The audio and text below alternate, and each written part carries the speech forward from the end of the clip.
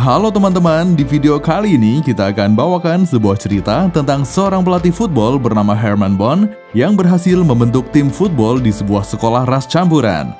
Tim tersebut nantinya berhasil menyadarkan orang-orang untuk menghargai perbedaan hingga konflik akibat rasisme di Virginia perlahan berkurang. Cerita perjuangan tim football Titan dari T.C. William High School menjadi tim terkuat hingga menginspirasi banyak orang, kemudian diangkat menjadi sebuah film kisah nyata berjudul Remember the Titans yang dirilis pada tahun 2000. Seperti apakah kisahnya? Daripada membuat kalian semakin penasaran, langsung saja ke alur ceritanya.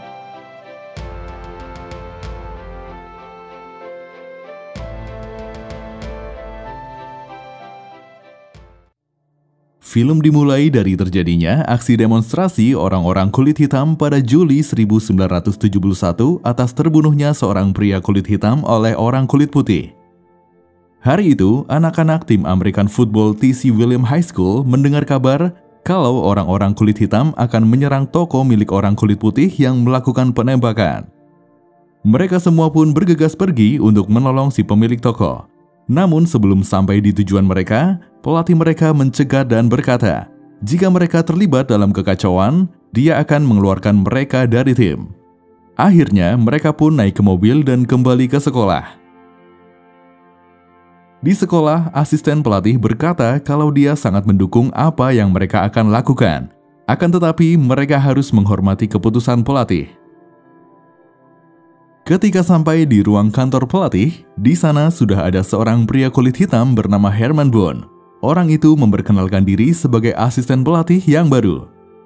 Herman menjelaskan bahwa dia awalnya ditugaskan untuk menjadi pelatih di GW High School, salah satu sekolah kulit hitam. Namun, menyikapi kejadian rasisme yang kian memanas, komite sekolah memutuskan untuk menggabungkan kedua sekolah dengan harapan bisa meredakan konflik yang terjadi. Meskipun Herman tidak disambut dengan baik, namun dia tetap memperkenalkan diri dengan baik kepada Yost selaku kepala pelatih di sana. Herman mengatakan dia datang untuk menang dan tidak pernah ingkar janji. Dia pun juga menyadari bahwa baik dirinya maupun Yost sama-sama tidak menginginkan posisi tersebut. Hari berikutnya, pelatih Herman dan keluarganya pun pindah ke Virginia. Malamnya, Dr. Dre dari Dewan Sekolah datang ke rumah dan mengatakan kalau Herman akan menggantikan posisi Yost sebagai kepala pelatih di tim Titan dari T.C. William High School. Tentu saja hal tersebut akan membuat Herman berada di posisi yang sulit. Yost pun juga sudah diberitahukan mengenai hal tersebut. Cheryl, anak Yost, mengatakan kalau hal itu tidak adil, mengingat ayahnya tahun itu menjadi kandidat peraih penghargaan Hall of Fame. Yost pun juga merasa kecewa. Padahal selama ini dia telah membawa tim meraih kemenangan 15 musim berturut-turut. Sementara itu, Herman mendapat dukungan penuh dari orang-orang kulit hitam di Virginia yang selama ini tak pernah mendapatkan haknya. Dengan rendah hati, pelatih Herman mengatakan bahwa dia tidak lebih dari seorang pelatih football. Setelah itu, Herman kemudian mengunjungi rumah Yost. Cheryl yang membukakan pintu berkata kalau ayahnya sedang sibuk dan tidak punya waktu untuk menemuinya. Namun sesaat sebelum pintu ditutup, Yost datang dan mempersilahkan masuk. Herman mengatakan penyesalannya atas apa yang terjadi. Akan tetapi dia meyakinkan bahwa dirinya memiliki kualifikasi untuk menjadi kepala pelatih. Yost berkata dia hanya mengkhawatirkan anak-anak didiknya. Lalu Herman pun mengatakan hanya pemain terbaik yang akan bermain. Warna kulit bukanlah masalah. Sebelum pulang, Herman menawarkan Yost untuk posisi koordinator defensif dan asisten kepala pelatih. Keesokan harinya, Yost mengadakan pertemuan khusus dengan para orang tua anggota tim. Dia menyampaikan bahwa dia akan mengambil cuti selama setahun, kemudian pindah ke London untuk jadi kepala pelatih di sana. Para orang tua dan murid merasa keberatan. Bahkan Gary, kapten tim football, mengatakan tidak akan ikut bermain pada musim itu jika Yost pergi. Setelah merenungkannya, akhirnya Yost memutuskan untuk menerima tawaran pelatih Herman menjadi asisten pelatih. Hal itu dia lakukan semata-mata agar anak didiknya tetap mau bermain. Di sekolah, murid kulit hitam terlihat berkumpul dengan perasaan gembira karena akan segera bergabung dengan tim football. Herman dan asistennya pun segera datang menghampiri mereka dan menegur salah satu murid untuk tidak terlalu berlebihan menunjukkan kesenangannya. Herman mengumumkan akan diadakan kamp pelatihan untuk mereka semua di Gettysburg College. Mereka harus datang di waktu yang sudah ditentukan dan yang terlambat tidak akan dimainkan pada musim tahun itu. Herman mengingatkan, I am the law. If you survive camp, you will be on the team. This is no democracy. Check them in. I'm Coach Hines, your offensive line coach. pada intinya hanya yang berhasil bertahan yang akan masuk di tim inti. Ketika akan melakukan absen, datanglah seorang murid kulit putih bertubuh gemuk bernama Lastik. Semua orang pun tertuju padanya, karena dia menjadi satu-satunya orang kulit putih di sana. Hingga tak lama setelah itu, pelatih Yost bersama anak-anak didiknya juga datang. Herman mengajak Yost untuk berbicara empat mata. Herman mengatakan bahwa dia tidak suka cara Yost menginterupsi pertemuan perdananya. Biar bagaimanapun, sekarang dialah kepala pelatihnya dan tim itu menjadi timnya. Hari di mana mereka akan berangkat ke tempat camp pun tiba. Semua orang telah berkumpul, termasuk para orang tua yang datang untuk mengantar anak-anak mereka. Saat Herman tengah menyapa dewan sekolah, anak bernama Gary dan Ray datang menghampirinya. Dengan sinisnya, Gary mengatakan bahwa tim akan tetap bertahan tanpa membutuhkan satupun orang kulit hitam. Mendengar itu, Herman mencoba mematahkan keangkuhan Gary. Dia berkata, sebelum berangkat, Gary masih memiliki ibu, tapi setelah menaiki bus, Gary tidak memiliki ibu lagi. Hanya ada dia yang akan berperan sebagai ayah. Jika tidak terima dengan pernyataan tersebut, Gary dipersilakan untuk keluar dari tim. Seketika, Gary pun tidak bisa berkata apa-apa. Setelah semuanya masuk ke dalam bus, Herman meminta mereka semua keluar lagi. Rupanya, Herman sengaja mengatur tempat duduk mereka agar anak kulit hitam dan kulit putih duduk bersama. Selain itu, mereka juga akan menjadi teman sekamar selama masa camp pelatihan. Sesampainya di tempat camp, Ray mulai membuat masalah. Dia melarang anak kulit hitam yang hendak menempati salah satu kasur. Beruntung, anak kulit hitam itu lebih memilih mengalah daripada membuat keributan. Akan tetapi, di kamar yang lain terjadi perkelahian antara Gary dengan anak kulit hitam bernama Julius. Hal tersebut memicu keributan besar anak-anak yang lainnya.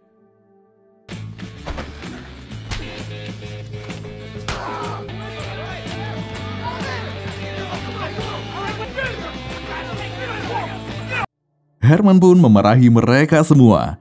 Dia mengatakan memiliki amarah dan agresi itu bagus karena hal itu dibutuhkan dalam football. Namun, alangkah lebih baiknya jika agresi-agresi tersebut digunakan untuk menguntungkan tim. Tak hanya itu, Herman juga meminta agar mereka semua bekerja keras untuk seragam yang mereka kenakan. Singkat cerita, pelatihan pun dimulai. Herman melatih mereka dengan porsi latihan seperti militer. Perintahnya adalah kewajiban yang harus dilakukan. Tak hanya latihan fisik yang keras, Herman juga keras dalam menegur pemain yang tidak bisa mengikuti arahannya. Saat jam makan siang, Lastik tiba-tiba duduk bersama para anak-anak kulit hitam. Julius bertanya mengapa Lastik tidak bergabung dengan meja anak kulit putih. Namun teman Julius malah berkata kalau Lastik hanya seorang anak yang diberkati. Melihat keakraban Lastik dengan anak kulit hitam, Gary dan teman-temannya menyebut Lastik sebagai pengkhianat. Di meja makan pelatih, terjadi ketegangan ketika Yost menunjukkan strategi permainan yang digunakan saat tim memenangkan kejuaraan pada tahun sebelumnya. Yost berpikir tidak akan mudah mencetak skor jika mereka nyaman dalam bermain. Herman menolak strategi tersebut. Dia meminta Yost untuk fokus saja pada pertahanan, biar dia yang mengurus penyerangan. Kemudian dia meminta Lastik berdiri. Dia bertanya apa yang Lastik ketahui tentang anak kulit hitam yang jadi teman sekamarnya. Lastik dengan lantang mengatakan semua yang dia ketahui. Selanjutnya, Herman bertanya apa yang akan Lastik lakukan setelah lulus. Lastik menjawab dia tidak akan kuliah karena merasa bukan anak yang pintar. Herman kemudian meminta agar Lastik membawa semua hasil ujian kepadanya dan akan mereka bahas bersama setiap akhir minggu. Setelah itu, Herman meminta agar semuanya setiap hari bisa mencari tahu tentang hal apapun tentang teman sekamar masing-masing. Dan itu harus dilaporkan padanya setiap hari. Jika hal itu tidak dilakukan, dia akan menambah porsi latihan menjadi 3 kali sehari. Setelah beberapa waktu latihan berjalan, belum terlihat adanya kekompakan di antara mereka. Mereka masih tidak mau melindungi rekan setim yang berbeda warna kulit. Gary sebagai kapten tim juga masih belum mendapatkan pengakuan dari anak-anak kulit hitam. Sehingga saat dia mencoba memberikan arahan, hal itu tidak didengarkan. Yost yang melihat betapa kerasnya porsi latihan yang harus dilakukan kemudian menghampiri Herman. Yost berkata ada batas yang jelas antara tangguh dan gila. Akan tetapi Herman tidak berada di antara keduanya. Akhirnya Herman pun memberikan waktu istirahat untuk mereka. Ketika mereka semua hendak mengambil minum, lagi-lagi hanya karena masalah sepele mereka kembali bertengkar yang membuat semua minuman yang disediakan pun tumpah.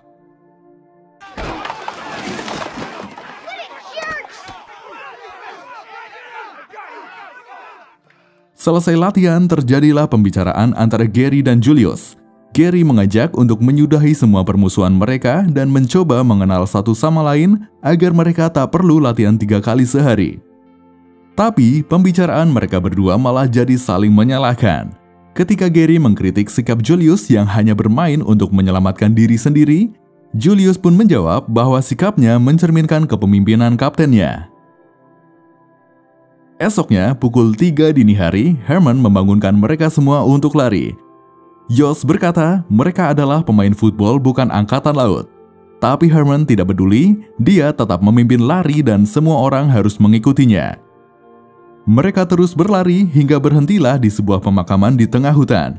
Herman memberitahu kalau semua makam itu adalah korban perang Gettysburg. Perang tersebut menimbulkan korban sebanyak 50.000 jiwa. Herman ingin mereka semua bisa belajar dari orang-orang yang telah tiada. Jika mereka tidak bisa bersatu, mereka juga akan sama hancurnya seperti para korban perang tersebut. Herman berkata, dia tidak peduli jika mereka saling tidak suka, tapi yang terpenting mereka bisa saling menghormati. Latihan hari itu terus berlanjut hingga malam hari. Latihan malam itu menunjukkan perubahan yang sangat besar pada semua pemain. Untuk pertama kalinya, Gary menegur Ray karena tidak mau melindungi rekan setim yang berkulit hitam. Yost dan Herman pun menyadari perubahan sikap Gary tersebut. Tak hanya Gary, Julius dan pemain lainnya juga perlahan berubah. Telah bersatunya mereka membuat permainan berjalan lebih menyenangkan.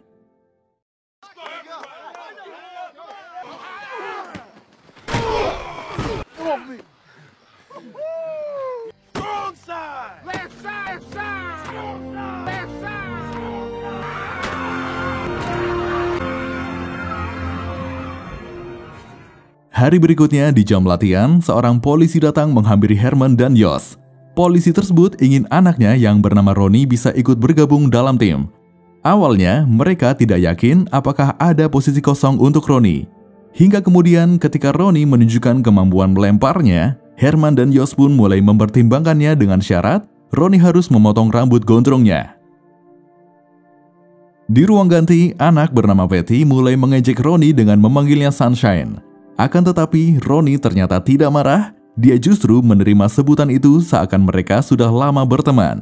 Hal itu membuat yang lain jadi lebih terbuka untuk mencoba berteman.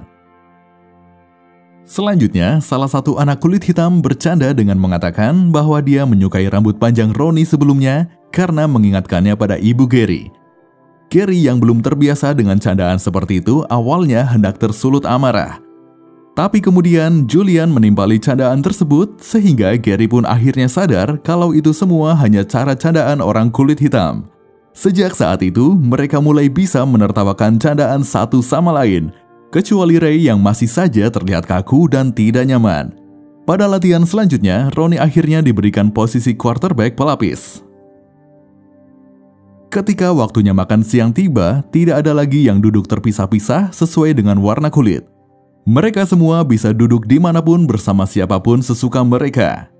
Di meja para pelatih, Cheryl dan anak Yost pun mulai mau mengakui Herman sebagai pelatih.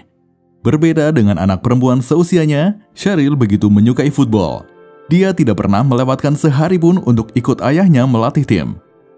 Latihan terakhir mereka pun ditutup dengan sorakan semangat tim. kata-kata Gary dan Julius berhasil menyalakan api semangat tim mereka.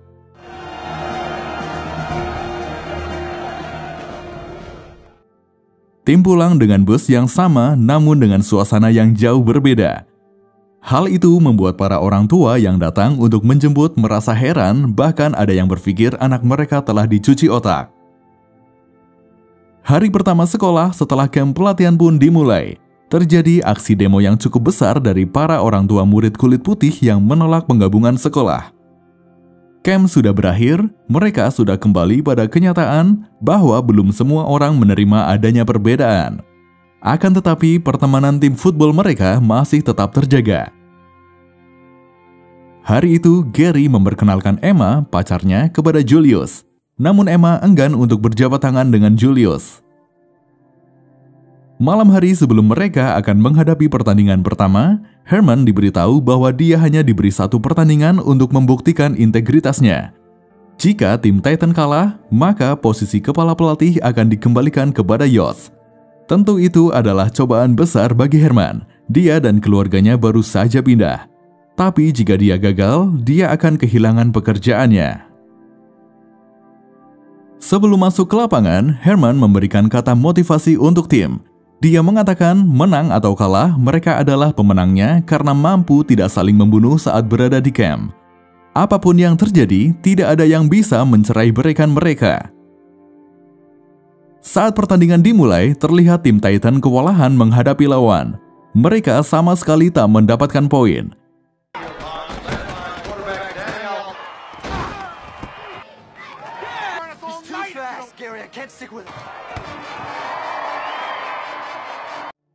Herman kemudian menarik Patty dari lapangan karena bermain dengan buruk. Dia memarahi Patty dengan kata-kata yang tajam hingga membuat Patty berkecil hati. Yost yang tahu Patty telah melakukan yang terbaik langsung menghampirinya. Dia meminta Patty untuk bermain lineback di posisi bertahan. Awalnya, Patty menolak karena dia biasa bermain di posisi menyerang. Tapi Yost berhasil meyakinkannya dan memberikan arahan siapa yang harus Patty jaga. Ternyata, masuknya Patty sebagai pemain bertahan berhasil memberikan peluang bagi tim.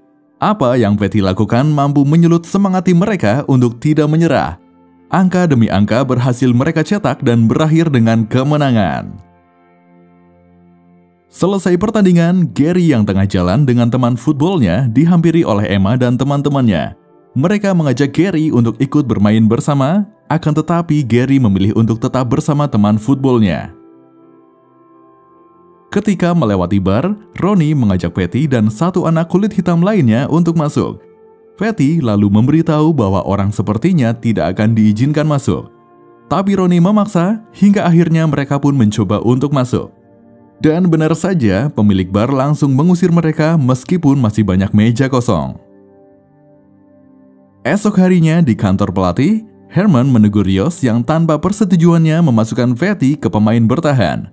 Menurutnya, hal itu melanggar otoritasnya sebagai kepala pelatih yang mana akan membuat wibawanya hilang. Yost pun menjawab, dia hanya mengajarkan Patty bagaimana cara menghadapi kritikan publik. Namun, menurut Herman, sikap memanjakan anak-anak tidak akan membantu apa-apa. Anak-anak kulit hitam harus siap dengan situasi keras di masyarakat. Memanjakan mereka hanya akan melumpuhkan anak-anak itu dari kenyataan hidup. Selanjutnya, pada hari Minggu, ketika Gary hendak bermain basket dengan Julius dan ingin memperkenalkan pada ibunya, ibunya menolak dan mengajak Gary untuk pergi ke gereja. Tibalah hari pertandingan kedua mereka. Tidak seperti sebelumnya, hari itu permainan Gary sangat buruk. Ketika Julius mempertanyakan kenapa Gary tidak jadi datang ke rumahnya, Gary pun tidak banyak bicara. Beruntung pertandingan kali itu mereka masih bisa menang.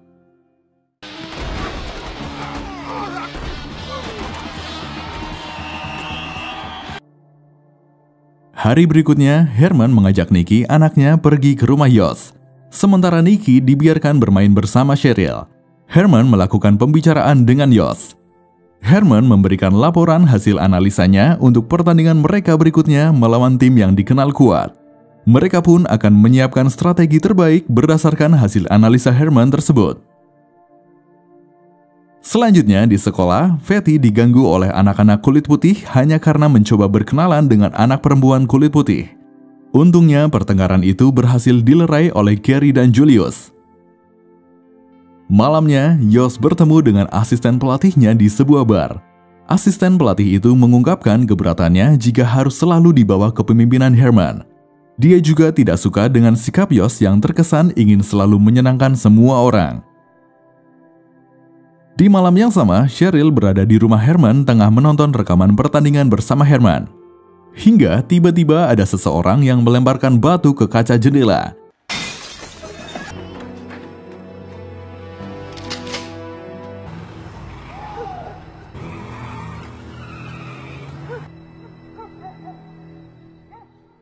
Di aula sekolah, anak bernama Blue berinisiatif mengumpulkan seluruh anggota tim football. Dia ingin mengingatkan semua teman-temannya untuk tidak terpancing dengan kerusuhan yang terjadi akhir-akhir ini hingga membuat mereka terpecah belah.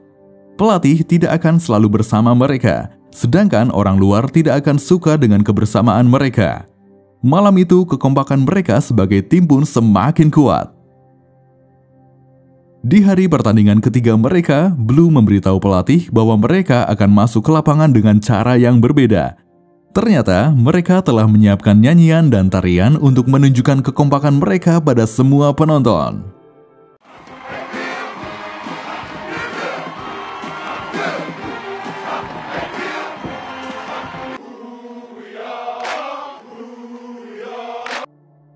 Naas, di pertandingan kali itu, salah satu pemain quarterback mendapatkan hantaman keras hingga tangannya patah. Kejadian tersebut sempat menurunkan semangat tim. Herman kemudian meminta Ronnie untuk mengisi posisi tersebut. Ronnie awalnya tidak yakin karena tim yang mereka hadapi sangat kuat. Namun Herman berhasil meyakinkannya. Ronnie pun akhirnya dengan percaya diri masuk ke lapangan memberitahu apa yang harus teman-temannya lakukan. Masuknya Ronnie dan strategi baru yang digunakan mampu membuat tim mereka bermain dengan agresif. Pertandingan berakhir dengan kemenangan sempurna untuk tim Titan. Ronnie pun Herman tetapkan sebagai pemain terbaik kali itu. Selanjutnya, Gary mengajak Herman berbicara. Gary ingin Ray dikeluarkan dari tim karena dia tahu Ray sengaja menggagalkan blok yang membuat rekan timnya cedera. Tadinya Herman menolak, namun karena di dalam tim hanya Ray satu-satunya anggota yang masih bersikap rasis, Herman pun menyerahkan semua keputusan itu kepada Gary sebagai kapten tim. Akhirnya, Gary pun menemui Ray dan dengan kewenangannya dia memberhentikan Ray. Keesokan harinya, Julius datang berkunjung ke rumah Gary. Di jalan, dia berpapasan dengan seorang polisi kulit putih. Awalnya, Julius terlihat takut, tapi kemudian dia merasa lega karena polisi tersebut hanya ingin memuji permainan timnya. Persahabatan antara Gary dan Julius semakin erat. Mereka terlihat seperti saudara, bahkan Julius tidak segan memeluk ibu Gary. Singkat cerita, tim football Titan terus mengukir prestasi gemilang dan menjadi salah satu tim yang terkuat. Gary dan Julius bahkan mendapatkan penghargaan sebagai pemain terbaik. Sedangkan Yost masuk dalam nominasi Hall of Fame, sebuah penghargaan untuk pelatih terbaik. Selanjutnya, seorang pelatih dari tim lawan yang akan dihadapi Titan mengajak Yost untuk membuat tim Titan kalah untuk menghancurkan reputasi Herman. Di sebuah siaran televisi, pelatih tersebut meremehkan tim Titan yang membuat Yost merasa geram. Di hari pertandingan, tim lawan menang karena keberpihakan wasit. Mereka sengaja mencurangi pertandingan tersebut agar Herman dipecat. Yost yang tidak suka dengan kecurangan tersebut menghampiri wasit dan mengancam, jika wasit terus berbuat curang, dia akan membongkar semuanya kecurangan itu kepada media. Akan tetapi wasit tersebut tidak peduli. Karena hal itu sama saja Yost yang harus merelakan kesempatannya untuk meraih penghargaan Hall of Fame. Yost yang geram akhirnya mengumpulkan tim pertahanan terbaiknya. Dia menyemangati tim pertahanan untuk jangan kalah dengan kecurangan lawan dan menunjukkan pada semua orang betapa hebatnya tim mereka. Permainan tim Titan pun semakin agresif. Semangat mereka terus menekan tim lawan hingga akhirnya memenangkan pertandingan.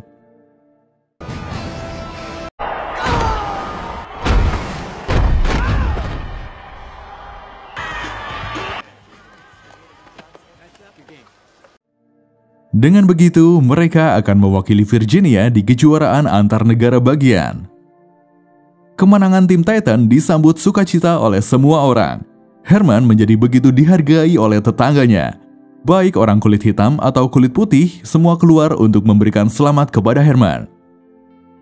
Namun naas, malam itu Gary harus mengalami kecelakaan mobil yang membuat separuh tubuhnya lumpuh. Julius segera datang ke rumah sakit. Sudah ada pelatih dan rekan tim di sana. Dia meminta maaf pada ibu Gary karena merasa seharusnya dia menerima ajakan Gary untuk merayakan kemenangan bersama. Ibu Gary menenangkan Julius dengan berkata, air mata tidak akan membuat Gary berjalan lagi dan memberitahu bahwa Gary hanya ingin bertemu dengan Julius. Julius pun masuk ke ruangan. Dia berkata pada Gary bahwa setelah semuanya berakhir, mereka akan pindah ke lingkungan yang sama dan akan tumbuh tua bersama. Gary menangis mendengar perkataan sahabatnya itu. Pertandingan football antar negara bagian akhirnya berlangsung tanpa Gary sang kapten tim. Ibu Gary datang menonton pertandingan. Dia disambut dengan tepuk tangan hangat dari para pendukung tim Titan. Mereka memberikan penghormatan dengan meneriakkan nama Gary. Di lapangan, Julius dihampiri oleh Emma yang memberikan semangat. Saat itu, Emma sudah bisa menerima kesamaan kedudukan antara kulit hitam dan kulit putih. Dia sudah tidak segan lebih dulu mengajak Julius untuk berjabat tangan. Pertandingan pun dimulai. Tim Titan sedikit kewalahan menghadapi lawan. Strategi lawan yang mereka hadapi jauh berbeda dengan lawan-lawan mereka sebelumnya. Mereka sudah berusaha keras semampunya, namun di babak pertama mereka masih ketinggalan poin. Di jeda istirahat sebelum masuk babak kedua, Herman menyemangati timnya dengan mengatakan, menang atau kalah, mereka akan keluar dari stadion dengan kepala terangkat. Herman dan Josh pun menurunkan ego masing-masing dan bekerja sama untuk menyelesaikan pertandingan kali itu. Pada kuarter terakhir, tim lawan hanya butuh mempertahankan poin untuk menang, sedangkan tim Titan butuh touchdown. Josh memberikan saran strategi kepada Herman yang pada akhirnya berhasil membawa tim Titan menjadi pemenang. Dengan begitu, tim Titan telah memenangkan 13 pertandingan berturut-turut dan menjadi tim football terbaik saat itu. Herman dan Josh tetap melatih tim Titan selama 5 tahun dan tetap berteman baik. 10 tahun kemudian, Gary meninggal dunia. Pelatih dan seluruh tim berkumpul kembali untuk memberikan penghormatan terakhir kepada mantan kapten tim mereka. Seperti itulah kisah tentang seorang pelatih football bernama Herman Bond yang berhasil membentuk tim football di sebuah sekolah ras campuran. Terima kasih dan sampai jumpa di alur cerita selanjutnya.